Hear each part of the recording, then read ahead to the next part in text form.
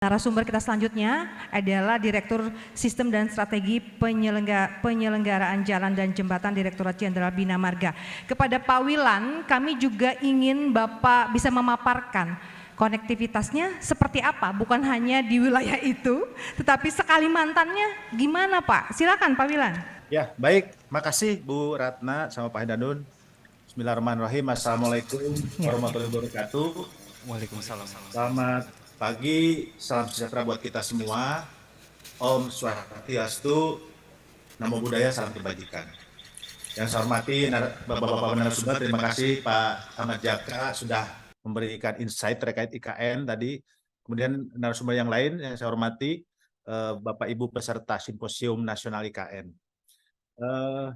Tadi kita sudah mendapatkan wawasan dari Pak Ahmad Jaka terkait cita-cita di IKN. Tentunya ini PR buat kita semua, bagaimana kita bisa mendukung apa yang direncanakan tadi, termasuk dari sisi transportasi khususnya jalan. Kami dari DJ Bina Marga sudah membuat rencana yang bisa mendukung jaringan jalan baik itu di IKN itu sendiri termasuk di seluruh Kalimantan. Jadi izin Bu Ratna, Pak Hendanun, kami akan menyampaikan betul, kami akan coba menyampaikan dukungan infrastruktur jalan mulai dari sisi Pulau Kalimantannya dulu.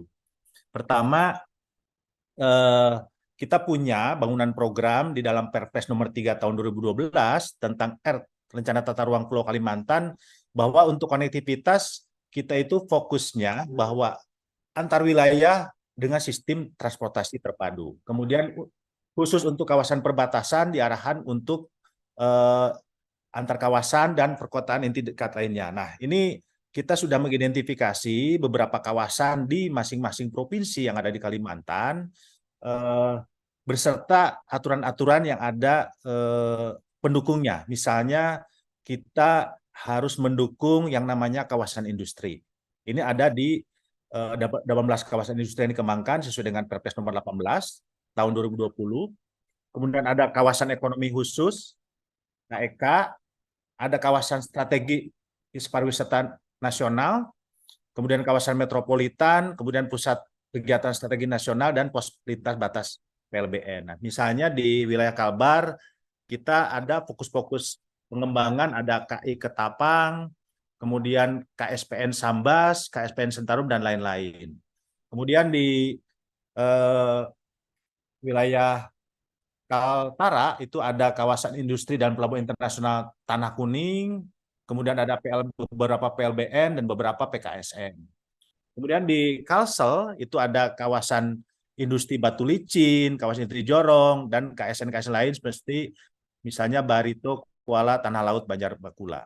Di Kaltim sendiri ada KEK Maloy, Batuta Trans Kalimantan atau kita kenal MBTK, ada KSPN Rawan, dan lain-lain. Nah, ini adalah kita bicaranya konektivitas di Pulau Kalimantan. Lanjut.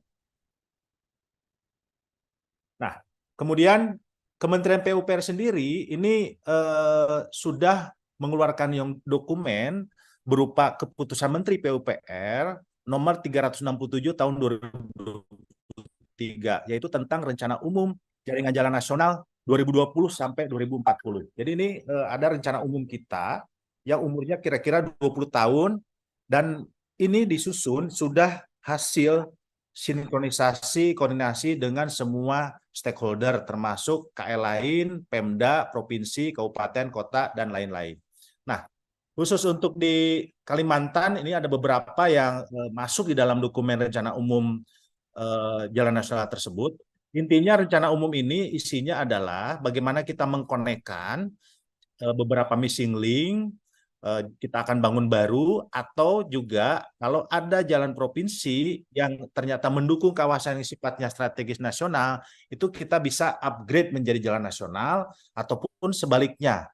Ada jalan nasional juga bisa kita downgrade menjadi jalan provinsi atau jalan kabupaten.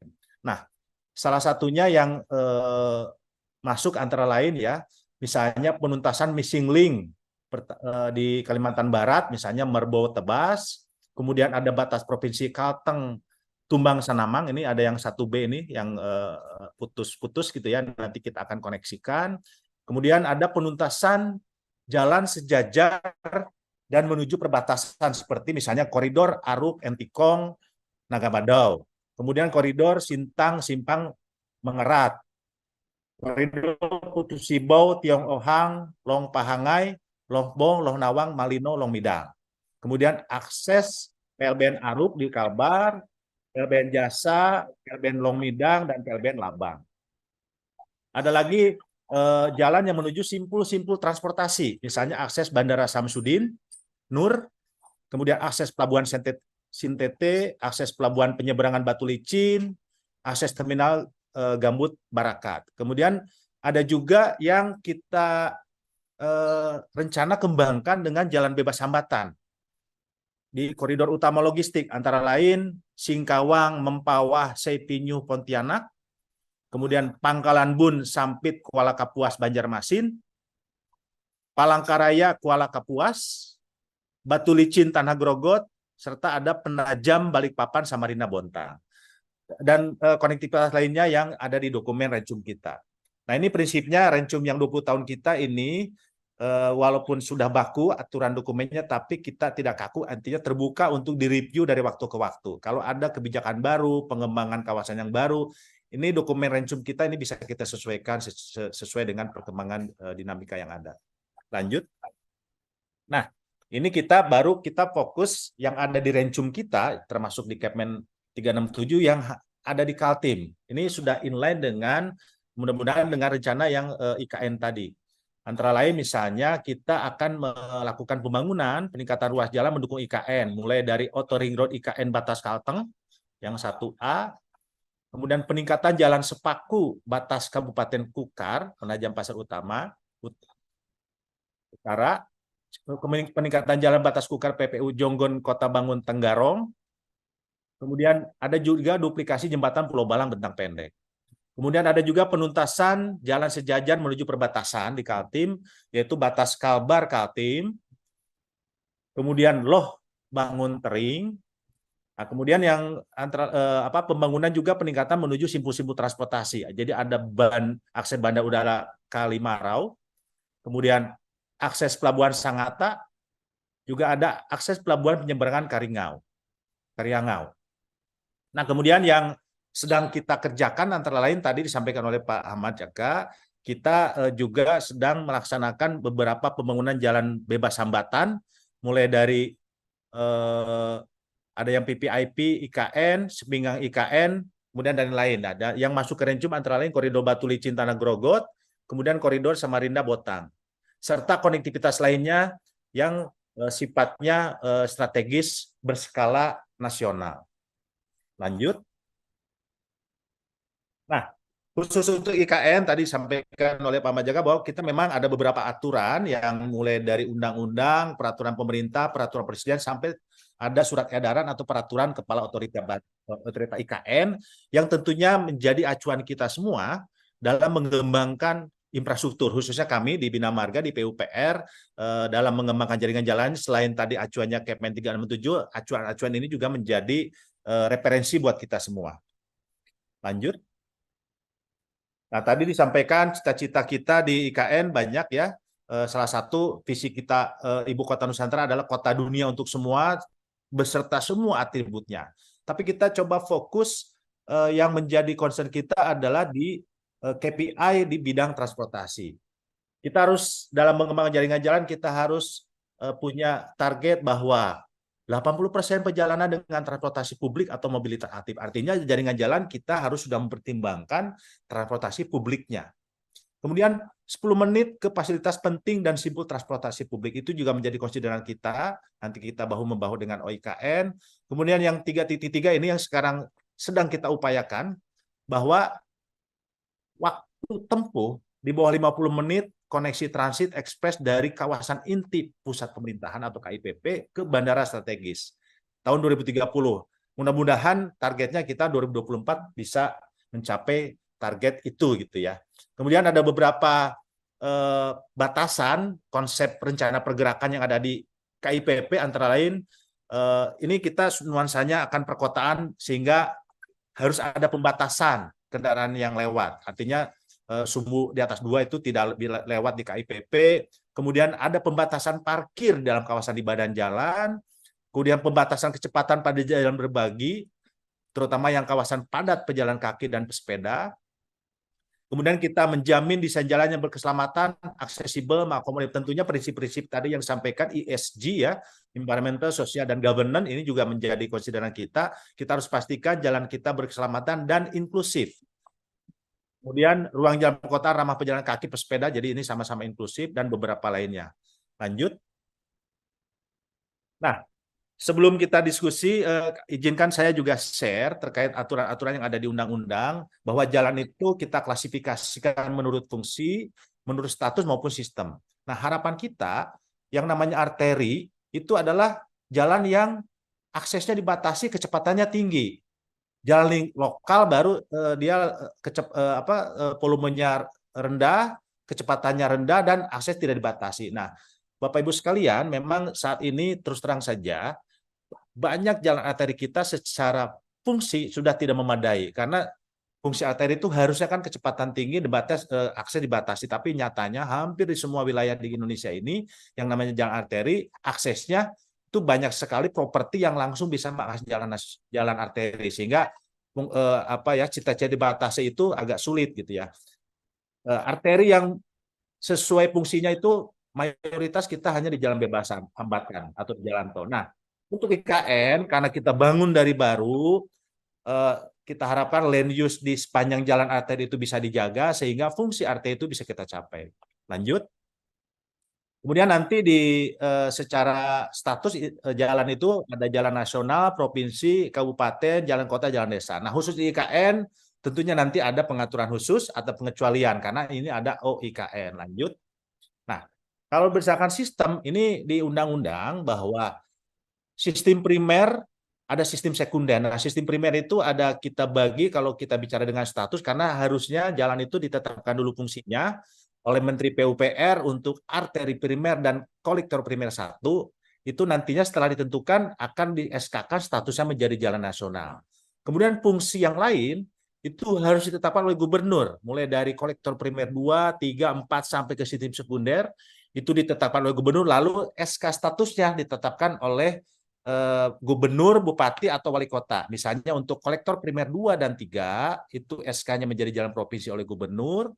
Kemudian kolektor primer 4, lokal primer, dan lingkungan primer itu ditetapkan oleh bupati menjadi jalan kabupaten dan jalan desa. Kemudian di sistem sekunder itu ditetapkan oleh kualitas. Nah, khusus IKN ini tentu ada pengaturan khusus, ada pengecualian seperti yang ada sekarang. Salah satu contoh yang ada di kita bahwa ada arteri primer dan kolektor primer 1 yang harusnya jalan nasional di Batam itu SK-nya dikuasai diserahkan ke otorita Batam. Nah, ini OIKN tentu nanti ada pengaturan khusus yang saat ini terus terang aja Undang-Undang Nomor 2 ini sedang kita susun rancangan peraturan pemerintahnya.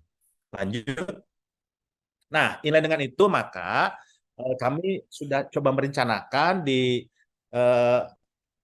kawasan IKN, kawasan pengembangan IKN, ini ada sistem jaringan jalan primernya, ada sistem jaringan sekundernya. Artinya di KIPP termasuk di KIKN, ini kalau kita lihat yang warna-warni ini karena ini masuk wilayah perkotaan, ini kita akan desain jaringan jalannya adalah merupakan sistem sekunder mayoritas. Nah, primernya itu yang sifatnya menerus, kita desain primer. Nah, khusus di IKN tentunya baik itu primer atau sekunder, kemungkinan kan SK-nya tidak mengikuti kaidah yang ada di undang-undang tadi, tapi lebih ke tadi, bagaimana kita menjaga kriterianya, bahwa mana yang volumenya tinggi, mana yang boleh mix use, traffic, mana yang tidak boleh, mana yang dibatasi, itu lebih ke sana. Nanti yang tentunya akan diatur lebih detail oleh OIKN. Lanjut. Nah, ini yang tadi kami sampaikan, salah satu untuk mencapai KPI dari bandara ke KIPP di bawah 50 menit, kami di PUPR ditugasi untuk membangun jalan bebas hambatan mulai dari segmen 1, ini Bandara Sepinggan, ke segmen 2 sudah beroperasi, kemudian segmen 3A, 3B, 5A, lalu lewat jembatan Pulau Balang, kemudian 5B, 6A, 6B, 6C. Nah, ini semua sudah berprogres dalam proses konstruksi. hanya segmen satu saja yang sekarang masih dalam proses desain. Nah, ke depan kita akan lebih turunkan lagi waktu tempuhnya untuk menuju ke IPP adalah melewati dari 3B langsung ke 4A dan 4B. Nah, di dalam antara 4A dan 4B ini ada rencana immerse tunnel. Nah, immerse tunnel juga ini kita rencanakan salah satunya tadi ya, kita mempertimbangkan aspek ESG tadi. Kita harapkan dengan immerse tunnel tidak mengganggu biodiversity yang ada di teluk ini. Lanjut. Berapa? Oke, siap. Ini terus kemudian yang kita selain tadi akses menuju dari bandara ke KIPP, kita juga di titik awal ini sampai 2024 ini kita juga membangun beberapa jalan yang ada di wilayah pengembangan 1A di KIPP, antara lain Sumbu Kebangsaan yang menuju Istana Presiden dan jalan-jalan kerja yang kita bangun untuk mendukung pembangunan IKN supaya bisa termasuk dermaga yang ada di KIPP, dermaga logistik dan jalan kerja. Lanjut. Nah, ini salah satu contoh ROW jalan di Sumbu Kebangsaan dengan rumija 50 meter. Kita sudah menyediakan 6 lajur lalu lintas, di mana 4 lajur untuk kendaraan biasa, ada 2 lajur untuk bus atau busway. Tapi di luar itu kita menyiapkan jalur hijau, jalur sepeda, jalur pejalan kaki dan lain-lain. Nah, ini tadi mudah-mudahan karena konsep Green City ini harus direfleksikan di dalam cross section atau typical melintang di jalan-jalan kita. Lanjut. Nah, ini beberapa tantangan secara umum tadi disampaikan karena kita membangun itu berusaha pendekatan dengan ESG tadi, tentu kita ada tantangan terkait ekologi, kemudian bahwa jalan itu membentuk suatu ruang, maka jalan itu harus dibangunin dulu sebagai akses, baru sektor lain bisa berkembang. Jadi ini jalan ini sangat kritis gitu ya, jadi harus jalan terus. Jadi ada yang dikerjakan PUPR juga nanti mungkin sebagian besar nanti next-nya itu oleh IKN, tapi itu bisa menjadi trigger pengembangan sektor lain kalau jalannya sudah ada. Oleh karena itu, pengembangan jalan-jalan harus disusun secara komprehensif dan harus bisa adaptif terhadap perkembangan yang ada. Nah, kemudian karena dinamis itu kita memang selalu koordinasi di PUPR ini ada Satgas IKN yang mensinergikan semua kegiatan yang ada di organisasi di PUPR, ada Bina Marga, ada SD, ada Cipta Karya, juga yang koordinasi mungkin dengan eksternal termasuk dengan OIKN. Nah, di dalam UNOR sendiri di Bina Marga juga ada Satgas IKN yang tugasnya mendetilkan apa yang menjadi arahan dari Satgas. Ini beberapa tantangan yang kita hadapi dalam perencanaan pembangunan. Salah satunya misalnya budgeting gitu ya, karena memang kebutuhan infrastrukturnya cukup besar sehingga tentunya hanya berapa persen saja yang bisa didanai oleh APBN atau APBD, tapi sisanya tentu untuk mengisi gap funding ini tentunya diharapkan dari pihak luar, investasi dan lain-lain. Kemudian secara environment kita tadi ya, kita harus menjaga bahwa kondisi alami tidak terlalu banyak diganggu. Kita motong pohon juga kita harus tanam kembali, dan pelindungan semua satwa yang ada juga diusahakan tetap tidak terganggu. Kemudian permasalahan di konstruksi mungkin cukup banyak, misalnya topografi, bahwa kita jalannya harus memenuhi persyaratan kendaraan autonomous, kemudian akses logistik, tempat tinggal pekerja, termasuk ada target yang harus kita selesaikan 2024. Ini diperlukan koordinasi yang sangat-sangat intensif antar UNOR di PUPR termasuk dengan pihak luar. Lanjut. Termasuk koordinasi antar sektor, beberapa KPI, ini mungkin ada foto-fotonya kita ya, mungkin karena di jalan ini kita selain membangun jalannya, kita juga menyediakan yang namanya multi-utility tunnel. Karena ini kita prinsipnya tidak boleh ada kabel-kabel di atas gitu ya, semua utilitas kita akan siapkan di bawah tanah. Lanjut. Kemudian ada juga beberapa kekhususan ini untuk IKN ini. Misalnya ada pemberdayaan pelaku usaha lokal, penggunaan tenaga kerja lokal dan material lokal, pengaturan kerjanya juga 2 shift, jadi memang kerjanya bukan biasa-biasa aja, kita bekerja secara extraordinary. Kemudian penerapan building information modeling di dalam pelaksanaan, kemudian magang bagi fresh graduate, termasuk penerapan SM Menteri tahun 22 bahwa ada panduan operasional tertib penyelenggaraan konstruksi di Kementerian PUPR dalam rangka pembangunan IKN. Lanjut. Nah, ini selanjutnya ini hanya ada program yang kita sampaikan, kami informasikan Bina Marga 2024 ini sudah memulai pembangunan ada yang sudah selesai, dan juga yang masih konstruksi, antara lain mulai dari Lingkar Sepaku, kemudian jalan tol yang tadi kami sampaikan, lanjut sampai ke jalan-jalan yang ada di dalam KIPP. Barangkali itu yang bisa saya sampaikan. Terima kasih, kurang lebihnya mohon maaf. Assalamualaikum warahmatullahi wabarakatuh. Iya,